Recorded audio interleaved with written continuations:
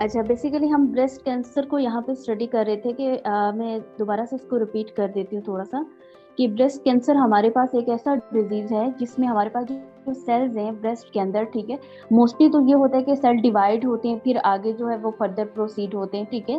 लेकिन इसमें क्या होता है कि जो सेल्स ब्रेस्ट के अंदर होते हैं वो आउट ऑफ ग्रोथ जाती है, ठीक है, आउट ऑफ कंट्रोल उनकी ग्रोथ, लिमिटेड अमाउंट के अंदर उनकी ग्रोथ स्टार्ट हो जाती है, ठीक है। तीन चीजों के अंदर मैंने कहा था कि जो कैंसर है वो डेवलप होता है, एक लोब्यूल्स आ जाते हैं और दूसरी हमारे पास डक्ट आ जाती है, दोनों के अंदर कैंसर डेवलप होने के चांसेस ज्यादा होते हैं। और जो हमारे पास इसमें आ जाती है कि काइंड जो आ जाती है इसमें इन्वेजिव डक्टल कार्सिनोमा आ जाता है। डक्टल का मतलब क्या, कि डक्ट, वो डक्ट जो हमारे पास क्या चीज कैरी कर रही है, मिल्क को कैरी कर रही है, ठीक है। तो जब कैंसर सेल्स डेवलप हो जाते हैं हमारे पास डक्ट के अंदर और उसके अंदर जो है वो ग्रोथ होने लगती है कैंसरियस सेल्स की, और फिर सबसे पहले तो ये मेटास्टेज होने लगते हैं। मेटास्टेज का मतलब ये है कि ब्रेस्ट होल ब्रेस्ट कैंसर ये डेवलप कर देते हैं, ठीक है। और फिर जो है वो अदर बॉडी पार्ट के अंदर भी ये डेवलप करना शुरू हो जाते हैं, मतलब बॉडी पार्ट के अंदर स्प्रेड होना शुरू हो जाते हैं। दूसरा जो हमारे पास कैंसर आ जाता है हमारे पास वो लोब्यूलर है, ठीक है। लोब्यूल के अंदर जब कैंसर डेवलप हो जाता है, लोब्यूल मैंने क्या बताया था कि जहाँ से हमारे पास क्या होता है, मिल्क प्रोड्यूस होता है हमारे पास, और उसको क्या बोलते हैं, लोब्यूल बोलते हैं, ठीक है। अब जब यहाँ पे स्प्रेड होता है कैंसर, ठीक है, तो लोब्यूल के अंदर, तो जब ये फिर सबसे पहले लोब्यूल के अंदर होता है, फिर ओवरऑल ब्रेस्ट को कैरी करता है, वही सेम इसकी भी यही है कि ओवरऑल ब्रेस्ट के अंदर डेवलप हो जाएगा और फिर क्या होगा, हमारे पास होल बॉडी के अंदर अदर जो बॉडी पार्ट्स हैं उनके अंदर भी स्प्रेड होने लगेगा। अच्छा, कौन कौन सी ऐसी अलामात हैं जिनसे आपको पता चलता है कि आप मुझे जो है वो ब्रेस्ट कैंसर हो गया, ठीक है। सबसे पहले जो है वो आपको फील होना शुरू हो जाएगा कि अंडर आर्म या ब्रेस्ट साइड पे आपको एक लंपिंग फील होना शुरू हो जाएगी। लंप का मतलब होता है कि आपको एक मैस फील होना शुरू हो जाएगा, ठीक है। वो मैस जो है उसकी वजह से आपको क्या होगा कि एक्स्ट्रा वेट आपको फील होगा, जिस साइड पे आप कैंसर या ट्यूमर होगा उस साइड पे आपको एक्स्ट्रा वेट फील होगा, ठीक है। फिर हमारे पास आ जाता है कि थिकनिंग होती है या स्वेलिंग होगी, उस एरिया या उस पार्ट ऑफ ब्रेस्ट के ऊपर आपको क्या होगी, थिकनिंग भी होगी और ऐसे स्वेलिंग ज्यादा होगी, ठीक है। और डंपलिंग हो जाएगी, हमारे पास जो ब्रेस्ट की स्किन है वो डंपलिंग हो जाएगी, यानी कि आपको वैसी रिफ्रेश जो स्किन होती है आपकी वैसी नहीं रहेगी, ठीक है। रेडनेस होगी बहुत ज़्यादा एरिया ऑफ द ब्रेस्ट के ऊपर, ठीक है। और आपको कॉन्स्टेंटली हमारे पास क्या रहेगा, पेन रहेगा उस एरिया में। क्या क्या चीज़ें आपको नज़र आएंगी, कौन कौन सी ऐसी सिम्टम्स आपको नज़र आएंगे, एक तो आपको एक्स्ट्रा मैस फील होगा, ठीक है, अंडर आर्म या फिर ब्रेस्ट साइड के ऊपर, ठीक है। स्वेलिंग बहुत ज्यादा होगी, डिम्पलिंग होगी हमारे पास जो ब्रेस्ट स्किन है, ठीक है, रेडनेस होगी और पेन होगा, ठीक है। अब ब्रेस्ट कैंसर मोस्टली जो है वो हमने यही बात की थी कि उस साइड पे क्या होगा, कि स्टार्ट कैसे होगा कि ब्रेस्ट कैंसर सबसे पहले कि जब ब्रेस्ट जो है वो आपकी अब नॉर्मली ग्रो करना शुरू कर देगी, आपकी जो ब्रेस्ट सेल्स हैं, ठीक है, तो उसकी वजह से जब ये बहुत ज्यादा डिवाइड होना शुरू कर देंगे, ठीक है। डिवाइड हो के तो फिर क्या हो जाएगा, ये एक मैस बनना शुरू हो जाएगा एक साइड के ऊपर, ठीक है, जिसकी वजह से अदर बॉडी पार्ट के अंदर भी ये डेवलप होना शुरू हो जाएगा। इन्फ्लेमेशन रहेगी, ठीक है। आप अगर खुद भी नोटिस करें तो आप सबसे पहले जो है वो मिरर में खड़े हो जाएं, ठीक है, मिरर के सामने खड़े हो जाएं, ठीक है। आप खुद भी नोटिस करेंगे कि एक तो डिस्कलरेशन होगी। डिस्कलरेशन का क्या मतलब होता है कि जो स्किन का कलर होगा वो चेंज होगा, या तो स्किन का कलर रेड होगा या पिंक होगा या पर्पल होगा, या ऐसे लगेगा आपको कि रैश हो रहा है आपको थोड़ा थोड़ा, ठीक है, तो इस तरह का होगा। दूसरा आपको बर्निंग, ऐसे जैसे जलन होती है ना उस एरिया में आपको बर्निंग सेंसेशन होगी, ठीक है। इन्लार्जमेंट भी होगी आपकी वो ब्रेस्ट, क्योंकि एक्स्ट्रा मैस की वजह से आपको वेट ज़्यादा फील होगा, ठीक है। पेन होगा आपको, स्वेलिंग होगी, ईचिंग भी बहुत ज़्यादा होगी और टेंडरनेस होगी, ठीक है। यानी कि आपको सख्त जो है वो फील होगा, जैसे गुठलियाँ बन जाती हैं, बिल्कुल आपको वैसा लगेगा इसमें। और थिकनिंग भी हो जाएगी, ठीक है। समटाइम ऐसा लगता है कि जैसे जो इन्वर्टेड आपका निपल जो होगी वो इन्वर्ट हो जाएगी, ठीक है, एक तरफ हो जाएगी, या इन्वर्ट हो जाएगी, निपल जो होती है वो इन्वर्ट की तरफ हो जाती है, ठीक है। और इसकी वजह से जब आपको ब्रेस्ट के ऊपर कार्सिनोमा या इस तरह की कोई भी केस होगा, तो उसकी वजह से आपकी जो लिम्फ नोड है, ठीक है, आपकी जो लिम्फ नोड है, आपकी जो कॉलर बोन है, आपके आर्म वाले एरिया में भी आपको पेन रहे रहेगा, ठीक है, जिस साइड आपका ब्रेस्ट कैंसर डेवलप हो रहा है।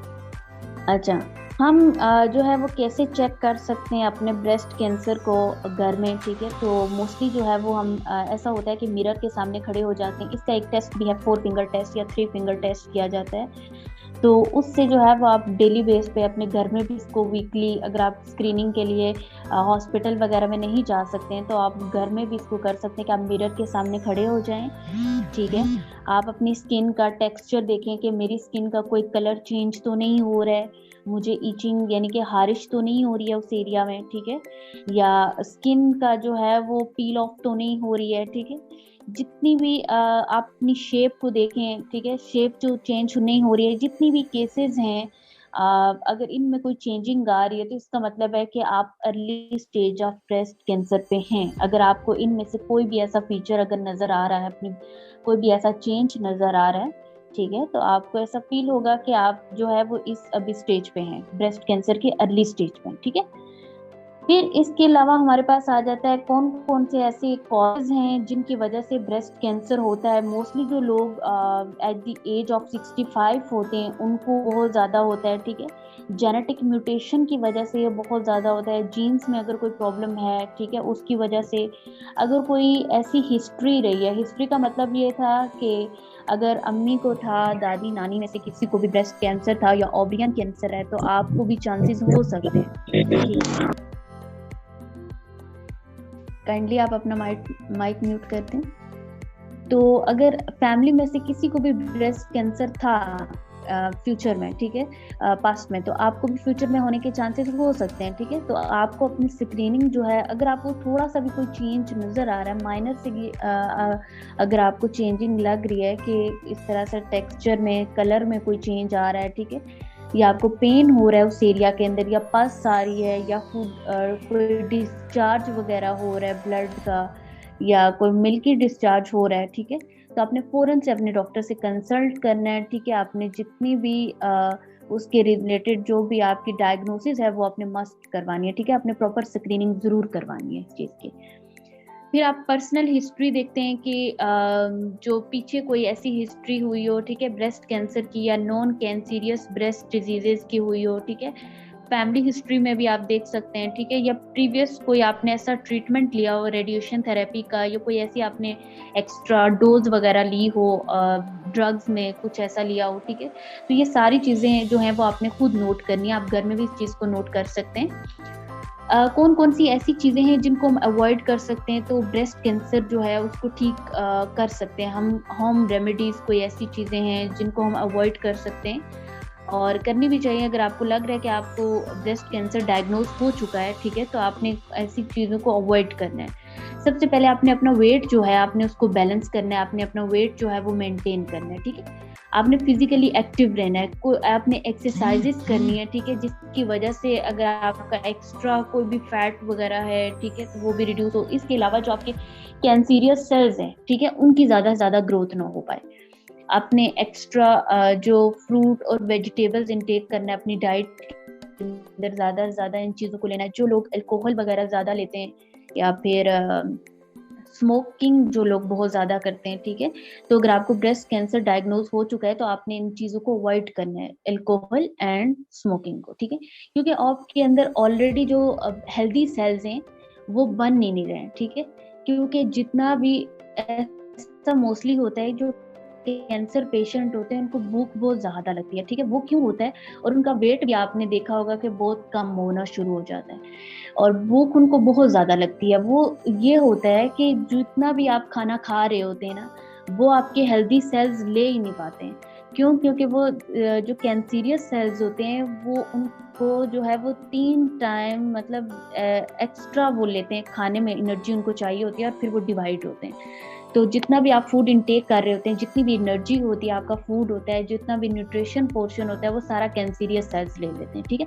तो वो ज़्यादा डिवाइड होने लगते हैं। आपके जो हेल्दी सेल्स हैं, ठीक है, जो हेल्दी आपके मसल्स आ जाते हैं, उनको एनर्जी नहीं मिलती है, ठीक है। तो इसी वजह से आपका जो तो उसके अलावा अगर आप ब्रेस्ट फीडिंग करवा रहे हैं तो ठीक है, अगर पॉसिबल है तो आप करवा सकते हैं, अदरवाइज आप इसको चीज़ को भी अवॉइड करें, ठीक है। कुछ लोग जो हैं वो बर्थ कंट्रोल पिल्स वगैरह लेते हैं, ठीक है, आफ्टर द एज ऑफ 35, तो आप इस चीज़ को अवॉइड करें, ठीक है, क्योंकि इससे सबसे ज़्यादा आपके ब्रेस्ट कैंसर के चांसेस बहुत ज़्यादा इंक्रीज होते हैं, ठीक है। आप कोई भी अगर ऐसी हार्मोनल थेरेपी करवा रहे हैं, ठीक है, मेनोपॉज के लिए, मेनोपॉज हमारे पास होता है कि जब मेंस्ट्रुअल साइकिल आपका स्टॉप हो जाता है, ठीक है, तो फिर आप हार्मोनल थेरेपी करवाते हैं, ठीक है, मेनोपॉज मेंस्ट्रुअल साइकिल को जो है वो रीगेन करने के लिए, ठीक है। तो आपने इस चीज़ को भी अवॉइड करना है क्योंकि आपके ऑलरेडी हार्मोनल इम्बैलेंस चल रहा होगा।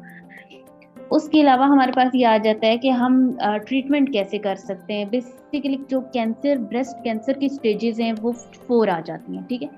0 स्टेज होती है तो इसका मतलब होता है कि कार्सिनोमा नहीं है, यानी कि कोई कैंसर कॉजिंग एजेंट है ही नहीं जो कैंसर डेवलप करेगा। अगर स्टेज 1 होती है तो इसका मतलब होता है कि बहुत कम चांसेस हैं कैंसर के स्प्रेड होने के। और अगर हम 4 स्टेज की बात करें तो 4 स्टेज ब्रेस्ट कैंसर के अंदर ऐसी होती है कि जिसके अंदर आपका जो ब्रेस्ट कैंसर होता है, आपका जो कैंसर होता है वो बहुत ज़्यादा स्प्रेड आउट हो चुका होता है, ठीक है। यानी कि वो ऐसी बॉडी पार्ट्स तक, अदर जो बॉडी पार्ट्स होते हैं वहाँ तक भी स्प्रेड आउट हो चुका है। अब ये स्प्रेड कैसे होता है पूरी बॉडी में, क्योंकि आपका ब्लड सर्कुलेशन तो सारे जितने भी बॉडी ऑर्गन्स हैं उनको वही जा रहा है, ठीक है। तो जो कैंसीरियस सेल्स होते हैं, ठीक है, ये स्प्रेड होते होते आपके ब्लड वेसल्स में चले जाते हैं। अब ब्लड वेसल्स तो आपकी पूरी बॉडी को ब्लड सप्लाई करती हैं, ठीक है। तो जब आपकी होल बॉडी के अंदर ये ब्लड कैंसीरियस जो ब्लड होगा, जिसके अंदर कैंसीरियस सेल्स हैं, तो जब वो पूरी बॉडी में आपके सर्कुलेट होना शुरू हो जाएगा तो फिर आपको पूरी बॉडी का कैंसर हो जाएगा।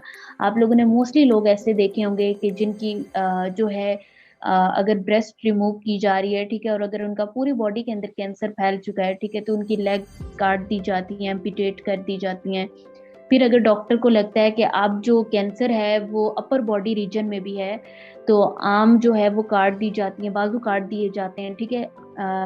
इस तरह से होता है कि अगर जहाँ जहाँ बॉडी के अंदर ये स्प्रेड आउट होता जाता है तो वो ऑर्गन्स जो हैं वो बॉडी से रिमूव कर दिए जाते हैं। अच्छा, अब हमारे पास आ जाता है कि कौन-कौन सी ऐसे डायग्नोज़ कैसे कर सकते हैं हम। सबसे पहला तो मैंने आपको बताया था कि आप घर में कैसे कर सकते हैं, मिरर के आगे, ठीक है, आप डिस्कलरेशन है, स्किन टेक्सचर को, शेप को नोट कर सकते हैं। निप्पल अगर इनवर्ट जा रही है, तो ये सारी चीज़ें जो हैं, पेन है, इचिंग है, रैश हो रहा है आपको, रैश हो रहा है, ठीक है, ये सारी चीज़ें जो हैं वो आप घर में एग्ज़ामिन कर सकते हैं, ठीक है। अगर आपको ऐसी कोई कंडीशन लग रही है कि ये अगर आप सिम्पटम्स फ़ील कर रहे हैं तो फिर जो है वो आप हॉस्पिटल विज़िट कर लें, ठीक है। और सबसे पहले आपका ब्रेस्ट एग्जामिनेशन होता है, ठीक है, फिर आपको मेमोग्राम किया जाता है, अल्ट्रासाउंड कुछ केसेस में किया जाता है, ठीक है, एमआरआई और बायोप्सी की जाती है। बेसिकली जो बायोप्सी होती है इसमें ये होता है कि जो मोस्ट स्वेयर केसेस होते हैं उनके अंदर आपके ब्रेस्ट में से एक टिश्यू काट लिया जाता है, ठीक है, फिर उस टिश्यू को एग्जामिन किया जाता है, ठीक है, तो उससे जो है वो पता चल जाता है कि जब हमें नहीं पता चलता है कि कौन से एरिया के अंदर जो है वो ब्रेस्ट कैंसर डेवलप हो रहा है और कितने एरियाज इससे इफेक्ट हो चुके हैं, तो तब जो है ये आपकी बॉडी के अंदर जो है इसको एग्जामिन किया जाता है कि अब ये कौन से एरिया में है आपको। अब हमारे पास ट्रीटमेंट आ जाता है। मोस्टली जो ट्रीटमेंट किया जाता है इसका आप डाइट के ज़रिए से, एक्सरसाइज के थ्रू भी कर सकते हैं, ठीक है, और अपने आप को फिजिकली फिट रखना है, ठीक है। उसके अलावा ये होगा कि आप अगर इस तरह से एक्टिविटीज़ करेंगे, ठीक है, उससे क्या होगा कि आपके मसल्स जो हैं वो एक्टिव रहेंगे, वरना आपके मसल्स जो हैं वो फटीग में चले जाएंगे और फिर आपका मसल मास भी रिड्यूस हो जाएगा। आप लोगों ने बहुत सारे कैंसर पेशेंट ऐसे देखे होंगे जिनके मसल्स का बल्क होता ही नहीं है, बिल्कुल वो इतने वीक होते हैं, उनका मसल्स का बल्क ही नहीं रहता है। सर्जरी एक ऑप्शन होती है हमारे पास सबसे पहले, जिसमें आपका अगर इतना ज़्यादा स्प्रेड आउट नहीं हुआ था, यानी कि एक टिश्यू तक है अगर, तो वो टिश्यू जो है वो बॉडी से रिमूव कर दिया जाता है। वो कैंसरियस टिश्यू जो होता है वो बॉडी से रिमूव कर दिया जाता है ऑपरेशन के थ्रू। सबसे पहले होती है सर्जरी। सेकंड हमारे पास आ जाती है कीमोथेरेपी। कीमोथेरेपी हमारे पास कैसे की जाती है कि आपको एक मेडिसिन दी जाती है, ठीक है, और उसके ज़रिए से क्या होता है, या कैंसर जो सेल्स होते हैं उनको श्रिंक कर दिया जाता है, यानी कि वो सिकुड़ जाते हैं, या फिर उनको किल कर दिया जाता है, ख़त्म कर दिया जाता है उनको। तो ये ड्रग्स जो हैं वो यूज़ की जाती हैं, आप अपनी मेडिसिन्स के तौर पे भी आपको दी जाती हैं, और सम टाइम आपकी वेन्स में भी इनको इंजेक्ट किया जाता है, इंट्रावेनसली दिए जाते हैं सम टाइम। हार्मोनल थेरेपी जो होती है वो ब्लॉक कर दी जाती है, क्योंकि ये कैंसरियस सेल्स को कुछ हार्मोनल थेरेपी में, मेनोपॉज की हार्मोनल थेरेपी की बात नहीं कर रही हूँ, ब्रेस्ट कैंसर के अंदर भी जो कैंसरियस सेल्स हैं उनको ब्लॉक करने के लिए आपको हार्मोनल थेरेपी करवाई जाती है, ठीक है, तो ताकि आपके जो हार्मोन्स हैं, जो आपके सेल्स हैं, वो एक्स्ट्रा ग्रोथ ना करें। इसके अलावा हमारे पास आ जाती है बायोलॉजिकल थेरेपी। बायोलॉजिकल थेरेपी में हमारे पास क्या होता है कि आपकी इम्यूनिटी बहुत ज़्यादा वीक होती है। कैंसर जो पेशेंट होते हैं उनकी इम्यूनिटी बहुत ज़्यादा वीक होती है। जब उनकी इम्यूनिटी वीक होती है तो उनको एक कैंसर डिजीज के साथ साथ और भी बहुत सारी बीमारियां हो जाती हैं, ठीक है। अगर उनको छोटा सा भी कोई वायरस या बैक्टीरिया अटैक करता है तो वो एकदम से उनको डिजीज होने के चांसेस बहुत ज़्यादा होते हैं, ठीक है। तो आपने सबसे पहले जो है वो अपने इम्यूनिटी पे बहुत वर्कआउट करना है, ठीक है। और जितना भी आपने फाइट करना है, अगर आपकी इम्यूनिटी स्ट्रांग होगी तो फिर आपके जो कैंसरियस सेल्स हैं उनके साथ भी आप फाइट आउट कर सकते हैं, ठीक है। तो ये होता है कि फिर कंट्रोल किया जा सकता है, जो साइड इफेक्ट्स हैं एटलीस्ट कैंसर के, वो उनको कंट्रोल किया जा सकता है। रेडिएशन थेरेपी में भी इसमें होता है हमारे पास कि हाई एनर्जी की रेज यूज की जाती हैं, जो बेसिकली सिमिलर होती हैं एक्सरे के, ठीक है। और ये यूज की जाती हैं कैंसर को किल करने के लिए, जो कैंसरियस सेल्स होते हैं उनको किल करने के लिए।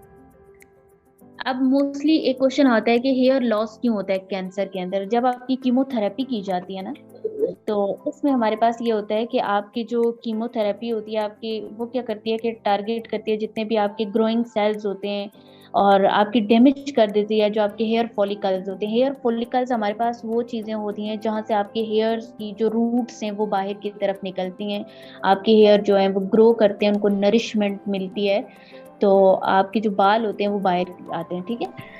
तो ये जब डैमेज कर देती है हेयर फॉलिकल को, तो वहां से हेयर जो है वो खुद ब खुद ही गिरना शुरू हो जाते हैं। क्यों? क्योंकि हेयर को जो है, बालों को वो न्यूट्रिशन नहीं मिल रहा है, वो नरिशमेंट नहीं मिलती है, ठीक है, जिसकी वजह से बाल खुद ब खुद झड़ना शुरू हो जाते हैं।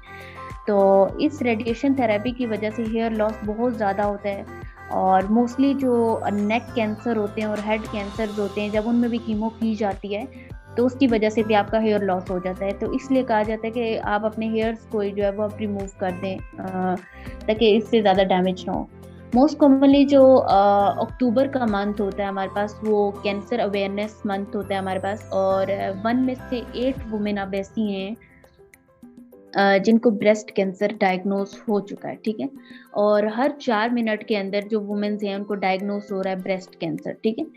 कौन से ऐसे वेज हैं जिसमें आप जो है वो रिड्यूस कर सकते हैं अपने ब्रेस्ट कैंसर को, ठीक है। आप स्मोकिंग नहीं करें, ब्रेस्ट फीडिंग अवॉइड करें। कुछ केसेस में पॉसिबिलिटी है, लेकिन अगर आपका कैंसर मेटास्टेज हुआ है, ठीक है, आपके इवन कि आपको डिस्चार्ज उस तरह का है और बल्कि डिस्चार्ज है एंड स्मेल भी है उसमें से, तो फिर आप जो है वो ब्रेस्ट फीडिंग को अवॉइड करें, ठीक है। कंट्रोल करना, अपना अपना बॉडी वेट कंट्रोल करना है, फिजिकली एक्टिव रहना है, स्मोकिंग को अवॉइड करना है, अल्कोहल नहीं लेनी है, ठीक है। और जो रेडिएशन वाले एरिया हैं आपने उनसे एक्सपोयर नहीं करना है, तो आप अपनी ब्रेस्ट कैंसर जो रिस्क है उनको रिड्यूस कर सकते हैं। सबसे पहले आप सिम्टम्स आपको पता हो ब्रेस्ट कैंसर के सिम्टम क्या क्या हैं, डायग्नोसिस कैसी है, तो आपका जो सक्सेसफुल ट्रीटमेंट है ना उसकी चांसेस इंक्रीज हो सकते हैं, ठीक है। अगर आपको अवेयरनेस पता होगी ना, जैसे अभी अगर मुझे लगता है कि डिस्कलरेशन है, शेप में चेंज आ रहा है और टेक्सचर भी चेंज हुआ है स्किन का, तो अगर मैं स्टार्टिंग से उसका ट्रीटमेंट लेना शुरू कर दूंगी। कुछ वुमेन्स ऐसी होती हैं कि वो इस चीज़ को इग्नोर करती हैं, ठीक है। जब इग्नोर करती रहती हैं और एक टाइम पे उनका जब पेन बहुत ज़्यादा बढ़ जाता है और ब्रेस्ट भी टेंडर हो जाती हैं और कैंसर जो होता है वो 3rd या 4th स्टेज पे होता है, तो तब वो हॉस्पिटल विजिट करती हैं, जबकि तब कोई फ़ायदा ही नहीं होता है। तब यही होता है कि उनकी ब्रेस्ट एम्पुटेट करना पड़ती है या फिर उसके साथ 1-2 ऑर्गन्स भी जो है वो लिम्स भी एम्पुटेशन करने पड़ते हैं, ठीक है। तो आपको अगर स्टार्टिंग से ही पता चल रहा है, आप इस चीज़ के बारे में अवेयरनेस है, लोगों के पास इस चीज़ के बारे में अवेयरनेस नहीं, अगर लोगों के पास इस चीज़ के बारे में ब्रेस्ट कैंसर के हवाले से अवेयरनेस आ जाए तो इस चीज़ को ट्रीट करना बहुत ज़्यादा ईजी हो जाएगा उनके लिए। फिर इससे क्या होगा कि केसेस जो होंगे वो कम से कम हो जाएंगे, ठीक है। और कुछ यहाँ पे सिम्टम्स यहाँ पे भी हमें बताए हुए हैं, जैसे निपल से डिस्चार्ज होता है और ऐसा डिस्चार्ज होता है जो स्मेल भी होती है और सम टाइम आपको ब्लडी डिस्चार्ज भी होता है। लंप होता है आपकी ब्रेस्ट में, ठीक है, मैस आ जाता है, एक्स्ट्रा मैस, पस भी हो सकती है, पस के साथ ब्लड हो सकता है, ठीक है, उसकी वजह से भी आपको फील हो रहा होता है। और आपकी जो स्वेलिंग भी हुई होती है, आपकी जो ब्रेस्ट कलर है उसमें भी चेंज आता है, ठीक है। फिटिंग होती है, जो आपकी ब्रेस्ट स्किन होती है उसके अंदर निपल पेन होता है या ब्रेस्ट पेन होता है आपको। और डायग्नोसिस के मैं आपको सारे मेथड यहाँ पे बता चुकी हूँ, ठीक है। ट्रीटमेंट भी हम बता चुके हैं कि सर्जरी के थ्रू है। आप टारगेटेड थेरेपी भी इसमें कर सकते हैं। टारगेटेड थेरेपी हमारे पास वो थेरेपी होती है कि जो सिर्फ जैसे अभी ब्रेस्ट कैंसर है तो सिर्फ उसी एरिया को कवर करेगी, ठीक है। और रेडिएशन थेरेपी भी इसमें करवाई जाती है, कीमोथेरेपी है। और फिर हमारे पास आ जाता है कि आप प्रिवेंट कैसे कर सकते हैं। अगर आप अपना वेट जो है वो बैलेंस रखें, ब्रेस्ट फीडिंग अगर पॉसिबल है, अपनी फैमिली हिस्ट्री के बारे में आपको पता हो कि अगर फैमिली में किसी को हुआ है फिर आपको स्क्रीनिंग के लिए डॉक्टर के पास विजिट करना चाहिए, ठीक। ब्रेस्ट कैंसर अवेयरनेस मंथ में जो प्रिवेंशन दी जाती है फूड के हवाले से, ठीक है, आप ग्रीन टी का ज़्यादा यूज़ करें, ठीक है। अदरक, गार्लिक, इन चीज़ों का ज़्यादा यूज़ करें, ठीक है। अगर आपको लग रहा है कि ब्रेस्ट कैंसर के चांसेस हैं तो आप अपनी जो मेडिकेशन के अलावा जो है वो अपनी डाइट का ख्याल भी रखें। आप इन चीज़ों का जो आपको बताई गई हैं आप इनका यूज़ करें। और मोस्टली हमारे पास जो सुप्रीम कोर्ट ने रिसेंटली भी अक्टूबर में जो था सेलिब्रेट हुआ था ब्रेस्ट कैंसर होल मंथ के अंदर, तो अब इसको जो है वो एक पिंक एक मार्क दे दिया गया ब्रेस्ट कैंसर अवेयरनेस मंथ के थ्रू। तो यहाँ पे हमारा लेक्चर एंड हो रहा है, ठीक है। अगर आप लोगों का कोई भी क्वेश्चन हो रेलिवेंट टू दी टॉपिक तो आप लोग मुझसे पूछ सकते हैं। अगर आप लोग चैट बॉक्स में पूछना चाहते हैं तो आप लोग मैसेज भी कर सकते हैं। एक क्वेश्चन आया हुआ है कि नहीं इसकी वजह से नहीं होता है, ठीक है। मे बी कुछ और कंडीशंस की वजह से हो सकता है, लेकिन ऐसी इन आपकी कॉटन या आपकी फैब्रिक की वजह से कभी भी आपको इस तरह की चीज़ें नहीं हो सकती हैं ब्रेस्ट कैंसर, ठीक है। अगर आपको कोई ऐसा मतलब आपको कोई ऐसा अगर दाना निकला है पल लाइक, ठीक है, तो फिर आप इन चीज़ों से अवॉइड कर सकते हैं, ठीक है। फिर आप डेटोल का यूज़ करके इनको पहन सकते हैं, लेकिन इस चीज़ की वजह से नहीं होता है, ठीक है। अगर आपको कोई ऐसा रेडनेस है, आपको इचिंग है, खारिश है, ठीक है, और वो ऐसी है कि आपको पेन भी फील हो रहा है, आपको और भी कंडीशंस है, तो उस कंडीशन में आप ऐसी चीज़ों को अवॉइड कर सकते हैं कोई भी फैब्रिक से या इस तरह की चीज़ों से, लेकिन इनकी वजह से नहीं होता है। अगर उनको लास्ट स्टेज कैंसर है ब्रेस्ट का, अगर ब्रेस्ट कैंसर ही है, ठीक है, तो फिर वो कंसल्ट कर लें। अगर एक ही एरिया में है, एक ही ब्रेस्ट तक है या दोनों ब्रेस्ट तक है, तो आप उनको सर्जिकली रिमूव कर सकते हैं, ठीक है। इसका ये होता है कि अगर 2 ब्रेस्ट रिमूव हो जाती हैं तो उसका कोई इतना इश्यू नहीं है, या एक ब्रेस्ट भी रिमूव हो जाती है तो उसका इतना इश्यू नहीं है। अदर देन के बाद में उनके लिम्ब जो है वो एम्पुटेट करने पड़ जाए, ठीक है, उनकी टांग काटनी पड़ जाए या बाजू काटना पड़ जाए, अदर ऑर्गन्स बॉडी के जो है वो उनको एम्पुटेट करना पड़ जाए, ठीक है। तो बेस्ट सोल्यूशन यही है कि जिस एरिया में स्प्रेड हुआ है उसको जो है वो कर दें। अदरवाइज इसका सेकंड ऑप्शन यही है कि कीमो जो है वो बेस्ट ऑप्शन है, ठीक है। अगर उसके थ्रू होता है तो उसके साथ साथ मेडिकेशन और अपनी डाइट का, मोस्टली कैंसर के जो पेशेंट होते हैं तो उसका ये होता है कि वो अपनी डाइट का बिल्कुल भी ख्याल नहीं रखते। वो समझते हैं कि बस लाइफ जो है वो यहाँ पे ख़त्म हो गई है। लेकिन आप अगर अपनी डाइट, अपनी मेडिकेशन, अपनी कीमो के साथ साथ अपनी डाइट का ख्याल भी रखते हैं और आप एक्सरसाइज भी करते हैं, तो आप लोग जो हैं वो बहुत जल्दी इस चीज़ से रिकवर कर जाते हैं। तो डाइट का आप लोग को मस्ट ख्याल रखना है, ठीक है। आपकी जो भी कज़न्स हैं आपने उनको गाइड करना है कि वो अपनी डाइट का, अपनी एक्सरसाइज जो है वो उसको प्रॉपर कैरी करें, ठीक है। और साथ में अगर कीमो चल रही है तो फिर कीमो पे भी फोकस करें। और अगर कीमो के अलावा अगर ये एक ऑप्शन है कि वो एम्पुटेट कर दें, अपनी ब्रेस्ट करवा दें। फिर वो एक केस हो सकता है कि जब पूरी बॉडी के अंदर स्प्रेड आउट हो जाता है कैंसर ब्लड सर्कुलेशन के थ्रू, तो फिर तो जाहिर सी बात है कोई चांस नहीं रहता है, ठीक है। अगर पूरी बॉडी में स्प्रेड आउट हो चुका है तो फिर यही हो सकता है कि थोड़ा बहुत कीमो से उसको कंट्रोल किया जा सकता है, लेकिन वो भी यही है कि हम पूरी बॉडी पे जो है वो कैंसर को कंट्रोल नहीं कर सकते हैं, ठीक है। मेडिकेशन भी जो है वो कहीं हद तक काम करेगी, लेकिन ज़्यादा टाइम तक वो भी काम नहीं करेगी, ठीक है। तो बस फिर अल्लाह ताला से दुआ करें कि अल्लाह ताला उनको सेफ दे। तो बस ये होता है कि जब हम पूरी बॉडी में स्प्रेड आउट होता है तो फिर हम उसका जो है वो बिल्कुल सम हाउ हो सकता है ट्रीटमेंट के अगर 2-3 ऑर्गन तक स्प्रेड आउट हुआ है, उसको मेडिकेशन के थ्रू, केमो के थ्रू कहीं ना कहीं से जो है वो वापस लाया जा सकता है। लेकिन अगर फुल बॉडी स्प्रेड आउट है तो पूरी बॉडी को अगर हम काट देंगे तो फिर पीछे कोई ऑर्गन आई थिंक तो बचेगा ही नहीं, तो फिर इसका जो है वो पॉसिबल नहीं है।